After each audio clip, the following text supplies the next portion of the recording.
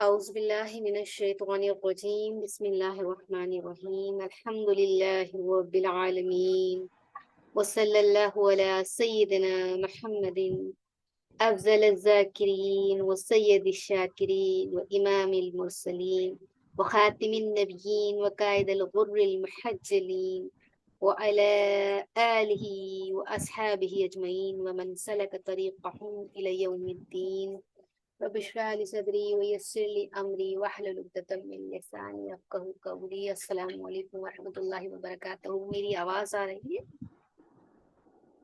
وعلیکم السلام وعلیکم السلام ورحمۃ اللہ وبرکاتہ۔ جا رہے ٹھیک ہے الحمدللہ۔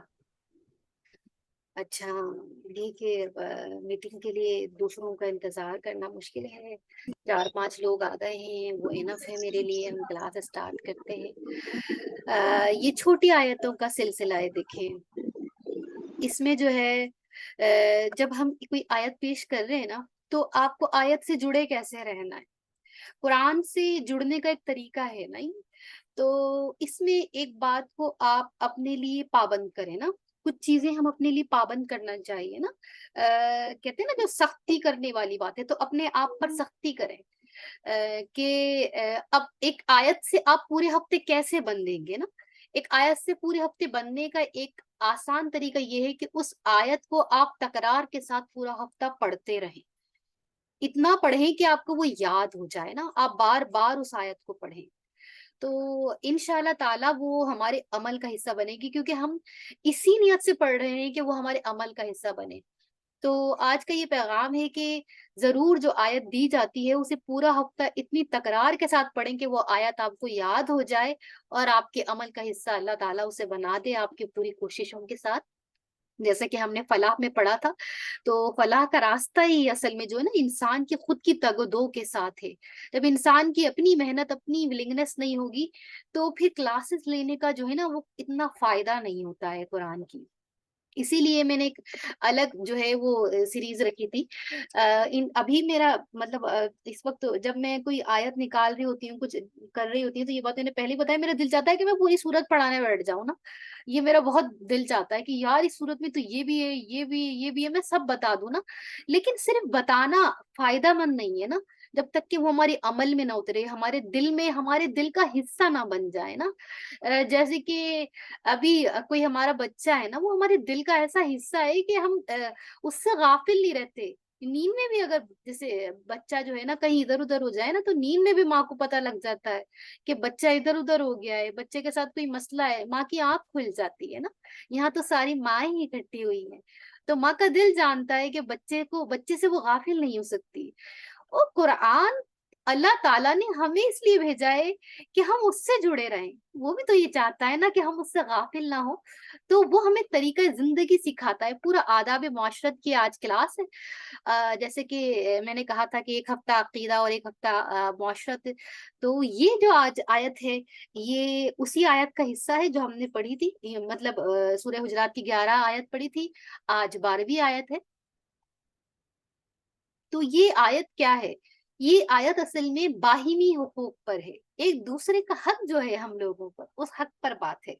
یہ ہے آداب معاشرت۔ معاشرت کے ادب میں یہی چیز سب سے اہم ہے نا، کہ ہمیں ایک دوسرے کا حق معلوم ہو، کہ ہم کیسے ایک دوسرے کا حق سمجھیں ایک دوسرے پر، اور یہ والے جو جس چیز سے ہمیں روکا گیا ہے نا، ہم وہی چیزیں اپناتے، اور جس چیز کو بتایا گیا ہے نا وہ ہمیں پڑھنا ہی جو ہے ناگزیر گزرتا ہے کہ کہاں پڑھیں، کہاں سمجھیں، کہاں جائیں۔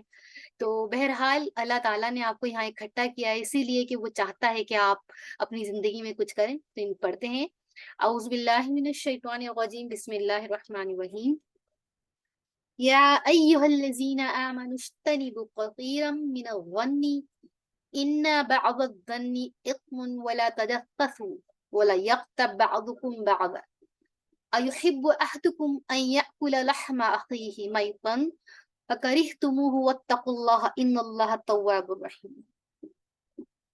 تو اے ایمان والو، بہت سے گمانوں سے بچو۔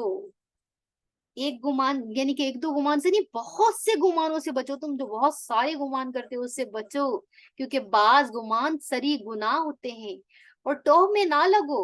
اور نہ تم میں سے کوئی ایک دوسرے کی غیبت کرے. کیا تم میں سے کوئی اس بات کو پسند کرے گا کہ اپنے مردہ بھائی کا گوشت کھائے؟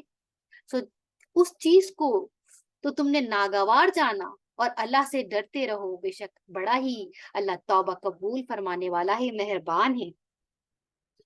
تو اللہ تعالیٰ نے بڑے پیارے انداز میں یہ بات سمجھائی ہے، لیکن ہم کچھ الفاظ کے معانی دیکھتے ہیں، پھر اس کے بعد ہم ڈیٹیل میں بات کرتے ہیں. تو یا ایھا الذین آمنو تو ظاہر ہے اس پر کئی بار بات ہو چکی ہے. اللہ تعالیٰ وہی پیارے انداز میں اپنے پیارے بندوں کو سمجھا رہے ہیں کہ یہ نہیں کرو، یہ نہیں کرنا. جب بچہ جو ہے کوئی شرارت کر رہا ہوتا ہے تو جو ہے اگر آپ اسے ڈائریکٹ تھپڑ مار کے سمجھائیں گی نا، وہ دوبارہ کرے گا، وہ دوبارہ آپ کو کرے گا، یہ وہ حرکت کر کے دکھائے گا کہ ایسا ایسا آپ نے کیا کیسے نا. اور جب اس کو باقاعدہ دھمکی دی جائے گی کہ تم کر کے دکھاؤ ذرا، پھر بتاتی ہوں میں تمہیں. کیا کرتے ہیں نا اما ابا ہمارے، ایک اسٹائل بدلے. اللہ تعالیٰ آپ کو اسٹائل سکھا رہا ہے، تمہیں بات کرنے کا ادب سکھا رہا ہے. جب تمہیں کچھ روکنا ہے، کسی کو روکنا ہے تو سینسیبل طریقے سے روکو نا. اور سب سے سینسیبل طریقہ کسی کو روکنے کا یہ ہے کہ اس سے پوری محبت کا اظہار کرو، اسے اس نام سے پکارو جو اسے محبوب ہو، جسے سن کر وہ خود ہی مسرور ہو جائے اور اس کا دل جو ہے وہ باغ باغ ہو جائے کہ وہ کسی طریقے سے بس یہ کام کر لینا کہ نا دیکھو کتنے پیارے نام سے مجھے پکارا ہے. کہتے نا میری پیاری شہزادی اور میری پیاری بیٹی، میری جنت کی. میں جیسے مجھے کچھ ہوتا ہے نا، میں اپنی بیٹیوں کو صبح فجر میں جگاتی ہوں تو میں ان کو بولتی ہوں اے میری جنت کی پیاری شہزادیوں جو مجھے جنت میں اپنے ساتھ انگلی پکڑ کے لے کے جاؤ گی، اٹھ جاؤ، اللہ تعالیٰ نے بلایا ہے. تو اس طریقے سے جیسے میں انہیں جگاتی ہوں تو انہیں یہ بات بہت پسند آتی ہے کہ وہ جنت میں شہزادیوں کی طرح رہیں گی، کیونکہ لڑکیوں کا ایک شہزادیوں کے ساتھ خاتون انس ہوتا ہے. تو اس محبت میں وہ اڑ جاتی ہیں فوراً، مطلب مجھے کوئی زیادہ ایفرٹ نہیں کرنی پڑتی. اسی طریقے سے یہ طریقہ کار جو ہے سیکھا میں نے اللہ تعالیٰ سے. یہ اللہ تعالیٰ جب اپنے بندے کو کسی چیز سے روکتا ہے نا تو وہ یہ بولتا ہے یا ایھا الذین آمنوا، اے میرے بندو جو مجھ پر ایمان لے آئے. یہ دنیا میں اربوں انسان ہیں جو مجھ پر ایمان نہیں لائے، تم ایک جماعت ہو جو مجھ پر ایمان لے آئے ہو. اے میرے پیارے بندو تم میرے لیے ہو، یو آر سم تھنگ. یہ والی جو ہے نا کیا بولتے ہیں فیلنگ دیتا ہے اللہ تعالیٰ انسان کو کہ وی آر سم تھنگ، ہم کچھ ہیں. وہ ہمیں اس طرح سے پکار رہا ہے کہ ہم ایمان لے آئے تو وہ ہمیں ریوارڈ دے رہا ہے، وہ ہمیں نام دے رہا ہے، باقاعدہ ایک بہترین نام سے پکار رہا ہے، بڑا محبوب ہوتا ہے. اگر میں کہوں گی آپ کو میری پیاری مومنہ بہنوں تو بڑا دل کو سکون ملتا ہے، ایک تراوٹ اترتی ہے. ایسے ہی اللہ تعالیٰ جب اپنے بندے کو پکارتا ہے نا تو وہ پھر روک رہا ہے. یہ ایک طریقہ کار ہے زندگی کا. اجتنبوا کثیرا من الظن. تو اجتنبوا جو ہے یہ ہے جمع کا صیغہ، اس کا مادہ جو ہے جنب ہے، اور اجتنبا کا معنی ہے کسی چیز سے دور رہ کر بچنا. جیسے کہ فاجتنبوا الرجس من الاوثان، پس بچو بتوں کی گندگی سے. اب یہاں پر جو بچنا ایسا ہے، اجتنبوا کا جو بچنا ہے وہ ایسا ہے کہ جیسے ہم کسی گند کے پاس سے جا رہے ہوں. جیسے کراچی والے تو اس درد کو بہت اچھی طرح سمجھ سکتے ہیں، باقیوں کو میں نہیں کہہ سکتی، لیکن یہاں پر جگہ جگہ جو ہے نا گڑھے بنے ہوئے ہیں اور گڑھوں میں کیچڑیں بھری ہوئی ہیں، یا گٹر کھلے ہوئے ہیں، یا کچرے کا ڈھیر ہے، یا گوبر پڑا ہوا ہے بہت سارا. تو کیا کرتے ہیں پھر ہم، اب وہ سامنے پڑا ہوا ہے تو ہم کیا کریں گے، حد ممکن کوشش کریں گے کہ اس سے بہت دور رہ کر چلیں کہ کہیں ہمارے جو ہے کوئی چھینٹا نہ پڑ جائے، کہیں ہمارے کچرے کی بو تک ہمارے جو ہے نا ہمیں ناگوار ہو جاتی ہے تو ہم اس کچرے کی بو کے پاس بھی نہ جائیں، اس سے اتنا دور بچ کر رہیں. تو یہ والا اجتنبوا، اس کا مطلب ہے اتنا زیادہ اجتناب کرو، اتنا زیادہ بچ کر چلو. کس چیز سے بچ کر چلنے کی کہا ہے؟ بہت زیادہ گمان کرنے سے. جو زن جو ہے یہ ہے گمان، اس کا مادہ زنن ہے، اور زن کسی چیز کی علامت سے جو نتیجہ حاصل ہوتا ہے نا اس کو کہتے ہیں. زن کا دائرہ اصل میں بہت زیادہ وسیع ہے. زن جو ہے اس میں ہر طرح کے خیال، گمان، وہم اور غالب اور یقین بھی آتا ہے، اور سب پر جو ہے اس کا اطلاق ہوتا ہے. غالب یقین پر بھی اور وہم پر بھی، گمان پر بھی، اس میں بہت ساری چیزیں آ جاتی ہیں زن میں. اب اس میں گرامیٹیکل چیزیں ہوتی ہیں، جیسے کہ اننا آ گیا نا جب، تو جب اننا زننا آتا ہے تو ان یا اننا یا ان زننا جب آتا ہے تو یہ یقین غالب کیس میں آتا ہے. لیکن اننا اور ان کے باوجود کوئی ایسا ورڈ آ جائے جو اس کی نفی کرے تو پھر اس کا مطلب ہے کہ یہ ایک ایسی چیز ہے جو وہم ہے، اور اس وہم سے اب ہمیں روکا گیا ہے.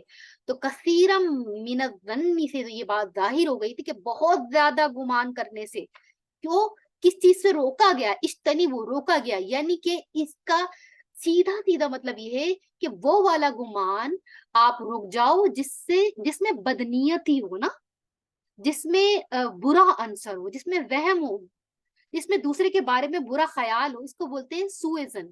ایک ہوتا ہے حسن ظن اور ایک ہوتا ہے سوء ظن. تو برے ظن سے روکا گیا، برے گمان سے روکا گیا. کہا گیا ان بعض الظن اثم. تو یہ کیا ہے، اثم کیا ہے، یہ گناہ ہے.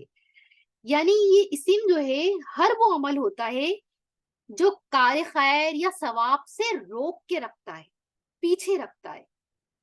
نبی کریم صلی اللہ علیہ وسلم فرماتے ہیں البر مطمئنۃ الیہ النفس والاثم ما حکا فی صدرک. یعنی نیکی وہ ہے کہ اس سے دل مطمئن ہو، اور اسم وہ ہے جو تیرے دل میں کھٹکے. تو جو اسم ہے نا، یہ وہ ہے کہ ایسی کیفیت ہے یہ کہ انسان کا دل نیکی کے کاموں سے تو پیچھے رہے اور گناہ کے کاموں کی طرف مائل رہے، اور موقع ملنے پر اس گناہ سے نہ چکے. یعنی اسم کا تعلق عمل سے زیادہ دل سے ہے، اور اسم کرنے والے شخص کو اسیم کہتے ہیں. اور یہ ضد کس کی ہے؟ یہ سلیم کی ضد ہے. جو قلب سلیم ہوتا ہے اور اس کے جو متضاد ہوتا ہے وہ قلب عقیم ہوتا ہے. تو لمحے بھر کو توقف کر کے سوچیے ذرا کہ کہیں ایسا دل تو موجود نہیں ہے سینوں میں، کہیں بہت زیادہ کسی کے بارے میں گمان تو نہیں کرتے. پھر ہے ولا تجسس، اور تجسس نہ کرو. اب انگلش کا ایک لفظ ہے کریوسٹی. اب یہ کریوسٹی جو ہے نا، یہ استعمال ہوتا ہے زیادہ تر سائنس میں، کہ جہاں پر بچہ نئے نئے سوال اٹھاتا ہے. سائنس اصل میں کیا ہے، سوال اٹھانے کی ایک چیز، ایک سبجیکٹ ہوتا ہے سائنس. اس کا کام یہ ہے کہ اس میں بچے کو سوال اٹھانا سکھایا جاتا ہے، اس کو سوچنا سکھایا جاتا ہے، اس کے ذہن کے راستے کھولے جاتے ہیں. اسی لیے آج آپ دیکھیے ہر سبجیکٹ کے ساتھ آپ دیکھیے قرآن سائنسز، سوشل سائنسز، سیرہ سائنسز، حدیث سائنسز. یہ سائنسز کیوں جنریٹ ہوتی جا رہی؟ اسی لیے کیونکہ اصل میں سائنس ایک سوچ کا نام ہے، ایک ایسی فکر کا جس سے انسان نتیجہ اخذ کرے. لیکن یہاں پہ جس تجسس سے روکا گیا ہے نا، وہ یہ ہے کہ کسی کے عیب تلاش کرو، کسی کے ٹوہ میں لگے رہنا، وہ کسی بھی طریقے سے ہو نا. تو اس کا مادہ جو ہے یہ ہے جسہ، اور اس کے معنی ہے پتہ لگانا، اور کسی چیز کا ہاتھ سے پتہ لگانا، یا کسی چیز کا نظروں سے پتہ لگانا، یا کانوں سے پتہ لگانا. اس پر ابھی بات کرتے ہیں انشاءاللہ تعالی. تو آپ دیکھیے کہ ایک چیز آ گئی زن، اور اس کے بعد ڈائریکٹ دوسری چیز آئی ہے تجسس. اب یہ کیا بات ہے کہ زن کے بعد تجسس؟ کیونکہ اصل میں یہ دونوں جو ہے نا ایک دوسرے کے ساتھ جڑے ہوئے ہیں، کیونکہ جاسوسی جو ہے وہ برے گمان کا لازمی نتیجہ ہے. جب آپ ایک بندہ گمان کر لے گا نا، برا سوچ لیا، پتہ لگ گیا کہ یہ بندہ تو غلط ہے، اب اس کی ٹوہ میں لگے رہیں گے کہیں سے پتہ لگ جائے، کیونکہ دل میں برا گمان تو قائم کر ہی لیا ہے. جب اس کے متعلق برا گمان قائم ہو گیا ہے تو اب بس اسے ثابت بھی کرنا ہے، کسی اور کے سامنے نہیں، تو اپنے دل کو ثابت کرنا ہے. پتہ تو لگا کے رہوں گی اس کے بارے میں، یہ اس کی حرکتیں ہیں نا، میں اس کے بارے میں پتہ لگا کر رہوں گی. تو اس کی ایوب میں کی ٹوہ میں لگے رہنا، یہ کیا ہے؟ یہ اصل میں یہ ایک پہلے زن آتا ہے، پھر اس کے بعد تجسس آتا ہے. اور یہ کیا کرتا کیا ہے؟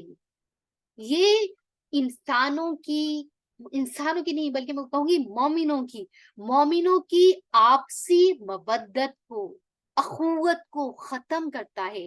آج دیکھیے ذرا، پڑوسی جو ہے وہ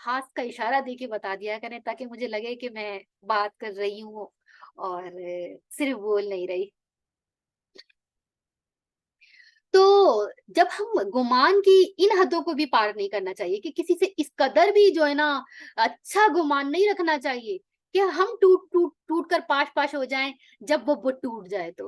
اور کسی کو اتنا بھی بدگمان نہیں ہونا چاہیے کیونکہ اللہ تعالیٰ یہ بھی تو کہتے ہیں کہ ہو سکتا ہے تم میں وہ چیز اچھی ہو تمہیں وہ چیز نہ دکھ رہی ہو جو اس بندے میں اچھی ہو اور وہ ہو اس کے اندر ہے نا, اور اس میں تمہیں کوئی خرابی ہو اور کوئی چیز اچھی ہو. تو یہ کہا تو زوجین کے لیے, لیکن یہ ہر ایک پر اس کا اطلاق ہوتا ہے نا کہ اگر ہمیں کسی کی کوئی چیز بری لگ رہی ہے لیکن ہو سکتا ہے کہ اللہ تعالیٰ کے یہاں اس کا معیار کچھ اور ہو, تقویٰ کا پیمانہ کچھ اور ہو. جیسے کہ حضرت موسیٰ علیہ السلام کی جو ہے وہ قوم میں جو ہے ایک عورت تھی جو کہ یہ اسرائیلیات میں سے ہے جو میں آپ کو بتا رہی ہوں. تو حضرت موسیٰ علیہ السلام کی قوم میں ایک عورت تھی جو کہ فاحشہ تھی نا. تو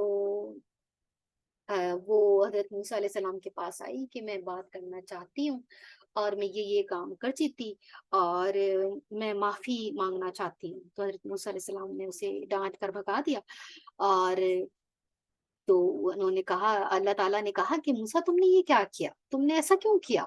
تو انہوں نے کہا کہ اللہ یہ تو اصل میں یہ ایسی کام کرتی تھی.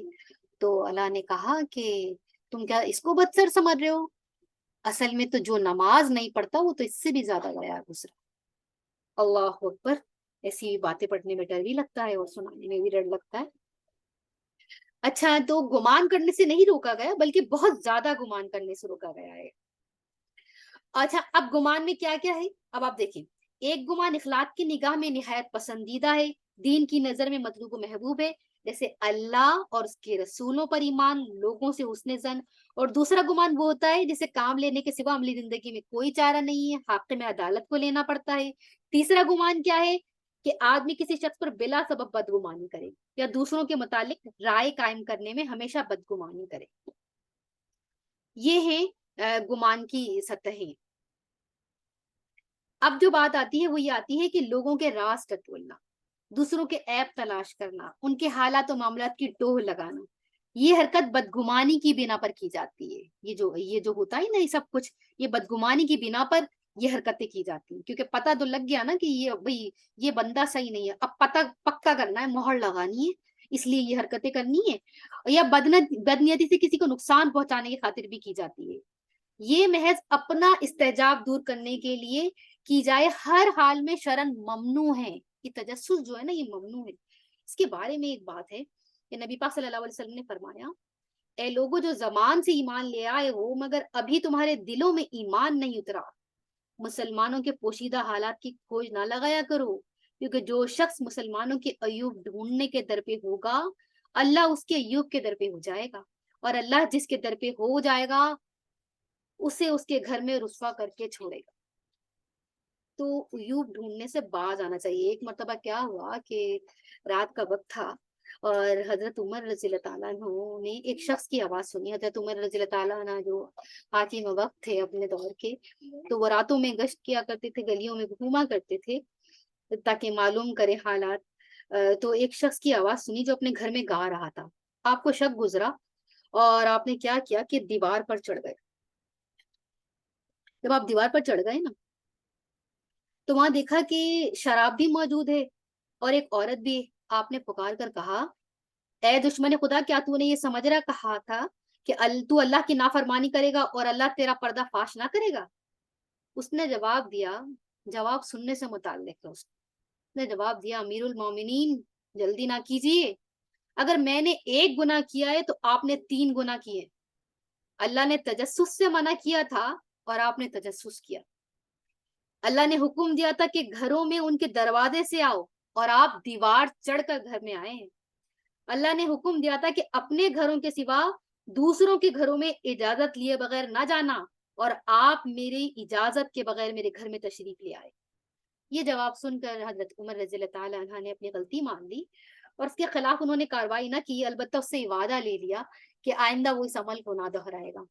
دیکھیے ذرا یہ کیا زبردست قسم کا ماحول تھا کہ حاکم وقت سے جو ہے جب وہ حاکم وقت کسی کی پکڑ کر رہا ہے تو اس بندے کو بھی اتنا پاور کیا گیا تھا.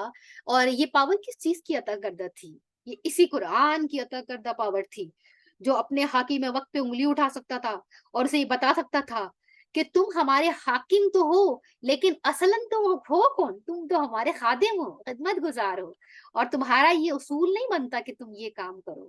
تو حضرت عمر کا معاملہ یہ ہے کہ شیطان ان کو دیکھ کر جو ہے نا راستہ پلٹ جایا کرتا تھا، اور غلطی ان سے بھی ہو گئی، غلطی ان سے بھی ہو جایا کرتی تھی.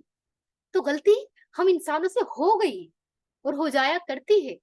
اسی لیے تو اللہ تعالیٰ جو ہے وہ ہمیں سکھا رہا ہے، تبھی تو مخاطب بھی وہ ہم سے، ہم بحیثیت ایمان جو ہے، ایمان والی یہ سب غلطیاں کر جاتے ہیں، لیکن اللہ تعالیٰ ہمیں سکھا رہا ہے کہ اس سے باز رہو، اس سے بچو، جیسے تم کچرے سے بچتے ہو، جیسے تم گند سے بچتے ہو، اس سے باز آؤ، اس سے بچو.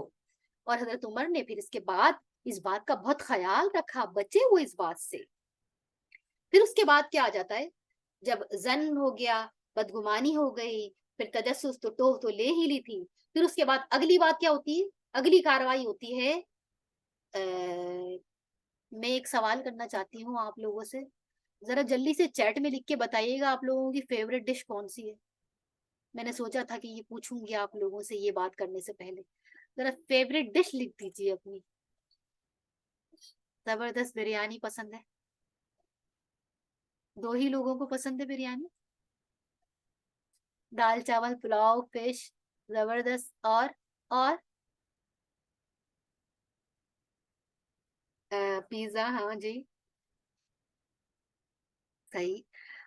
اچھا جی، یہ سب کو ماشاءاللہ سے بہت مزے مزے کے کھانے پسند ہیں، لیکن ایک ڈش ایسی ہے جسے عورتیں پورے سال کھاتی ہیں. فیوریٹ ڈش، غیبت سال کے 12 مہینے چلتی ہے. چلتی ہے کہ نہیں چلتی ہے؟